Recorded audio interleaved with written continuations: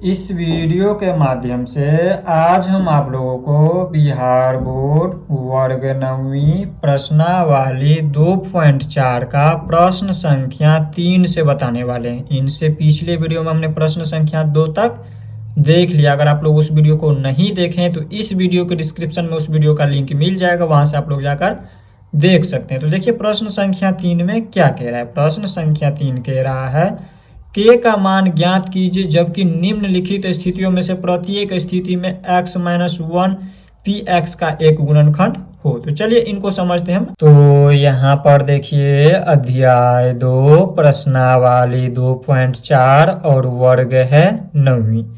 इसमें प्रश्न संख्या 3 में कह रहा है k का मान ज्ञात कीजिए जबकि निम्नलिखित स्थितियों में से प्रत्येक स्थिति में x - 1 px का गुणनखंड हो। प्रश्नों को समझिए, प्रश्न में क्या कह रहा है। प्रश्न को समझ लेते हैं तो इसे हल करने में आसानी होगी। प्रश्न कह रहा है हमें k का मान ज्ञात करना है जबकि निम्नलिखित स्थितियों में से प्रत्येक स्थिति में x - 1 जो है px का एक गुणनखंड है। देखिए ये हमारा px दिया है, ये जितना भी बहुपद दिया है px, ये सभी px बहुपद दिया है एक, और इस बहुपद का ये हमें पहले से कह रहा है, इस प्रश्न में कह रहा है ये x - 1 जो है इन सभी px बहुपद वाले को, जितना भी px है, ये 4 ठो है, सभी px है यानी कि एक बहुपद है, तो इस बहुपद का ये एक गुणनखंड है। ये पहले से हमें कह रहा है जो x - 1 क्या है, इसका गुणनखंड है।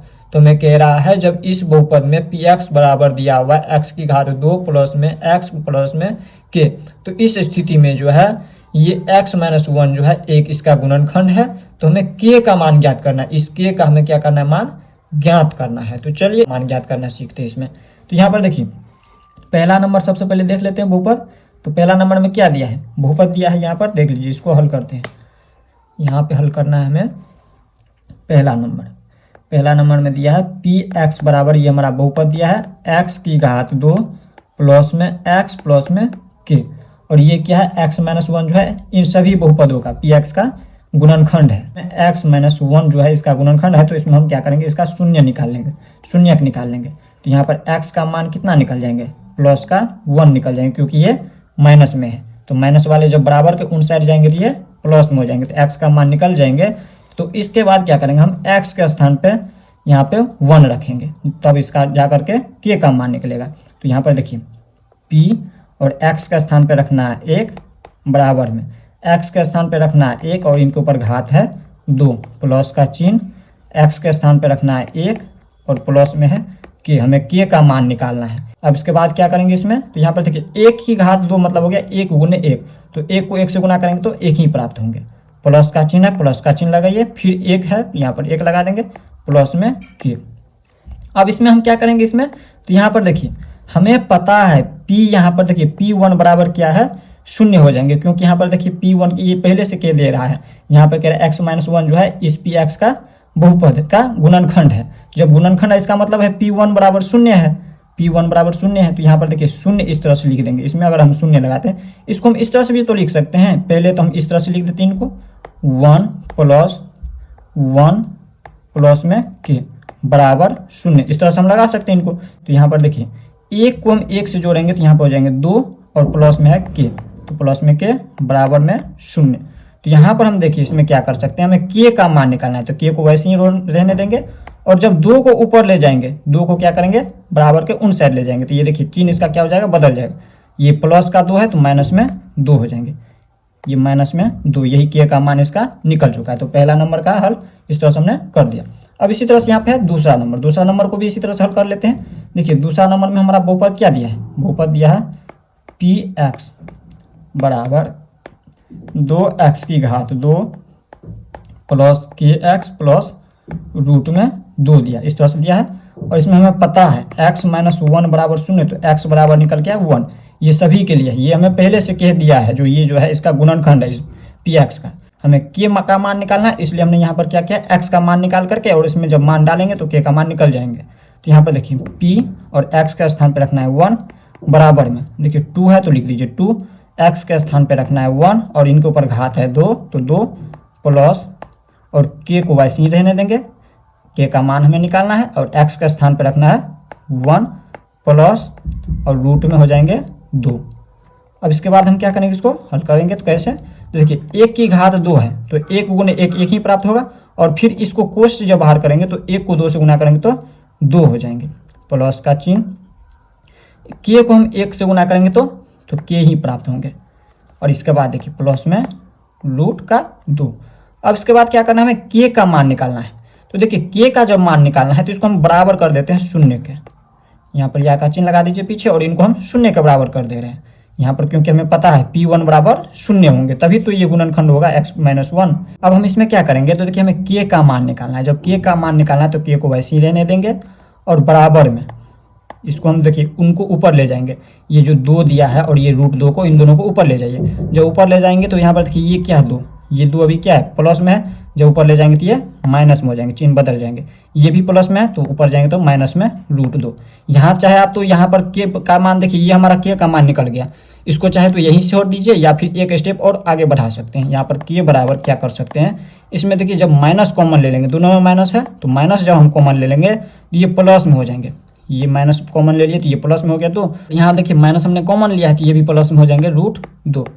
चाहे तो आप यहाँ पर छोड़ सकते हैं, यहीं पे छोड़ सकते हैं, या एक स्टेप बढ़ाना चाहे तो के का मान इस तरह से निकल जाएंगे, माइनस में 2 + √2, इस तरह से क्वेश्चन बंद हो जाएंगे। यही हो गया इसका आंसर।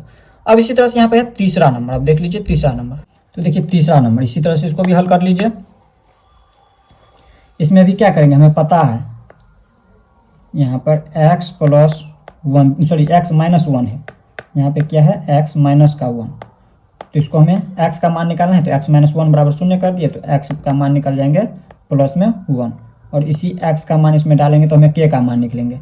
P1 बराबर k को वैसे ही रहने देंगे, और x का स्थान पर रखना है 1 के ऊपर घात है 2, और इसके बाद देखिए माइनस √2, और x के स्थान पे 1 इंटू में, यहाँ पे इंटू लगा दीजिए, इसको क्वेश्चन में चाहे छोड़ भी सकते हैं, ऐसे भी लिख सकते हैं, प्लस का 1।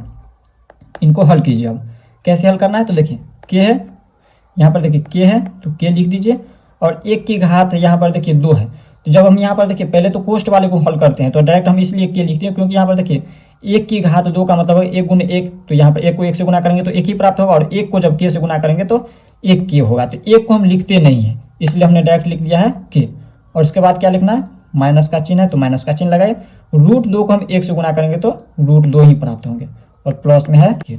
और इनको हम शून्य के बराबर कर दे रहे हैं। इनको जब शून्य के बराबर करेंगे तो यहाँ पर हमें के का मान निकालना है, तो के को वैसे ही रहने दीजिए, और इन दोनों को ऊपर ले जाइए, बराबर को उन साइड ले जाएंगे तो कितना हो जाएंगे, तो यहाँ पर हो जाएंगे देखिए ये √2 है जो है माइनस में है, ऊपर जाएंगे तो ये प्लस में √2, और ये प्लस में है 1 तो हम यहाँ पर ऊपर ले जाएंगे तो इनको जो बराबर को उन साइड ले गए हैं, इससे पहले नीचे था बराबर के इन साइड था, अब इनको ऊपर ले गए हैं तो ये माइनस में हो गया 1, यही के का मान निकल गया है।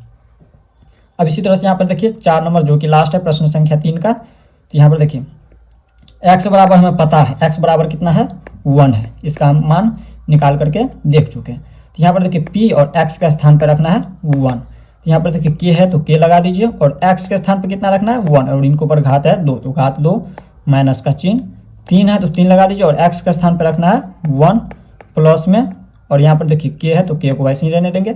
इसके बाद क्या करना है इसमें, तो यहाँ पर देखिए k है, और यहाँ पर देखिए इनके बाद जैसे यहाँ पर बताए हुए थे k और 1 की घात 2 है तो हम क्या लिखे थे, k ही लिखे थे।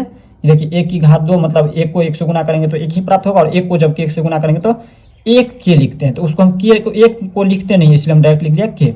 इसके बाद देखिए माइनस में और ये प्लस में, इनके अंदर कोष्ठ में इसको, तो यहाँ पर देखिए 3 को जब 1 से गुना करेंगे तो हमें 3 प्राप्त होंगे, और ये माइनस और जब प्लस चिन्ह को जब गुना करेंगे तो चिन्ह हमेशा माइनस का लगेगा, प्लस में है k, और इनको हम शून्य के बराबर कर दे रहे हैं। इनको जब शून्य के बराबर करेंगे पीछे हम या का चिन्ह लगाएंगे, यहाँ पे इनके आगे के आगे या का चिन्ह लगाएंगे।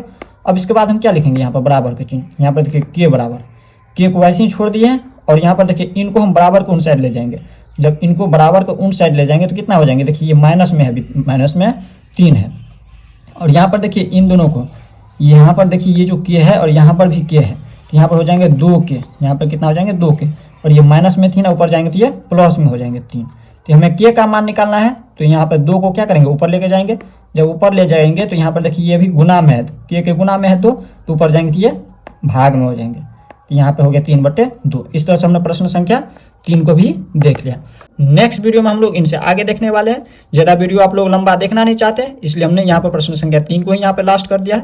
नेक्स्ट वीडियो में हम लोग प्रश्न संख्या 4 को देखने वाले, तो मिलते हैं नेक्स्ट वीडियो में। जय हिंद।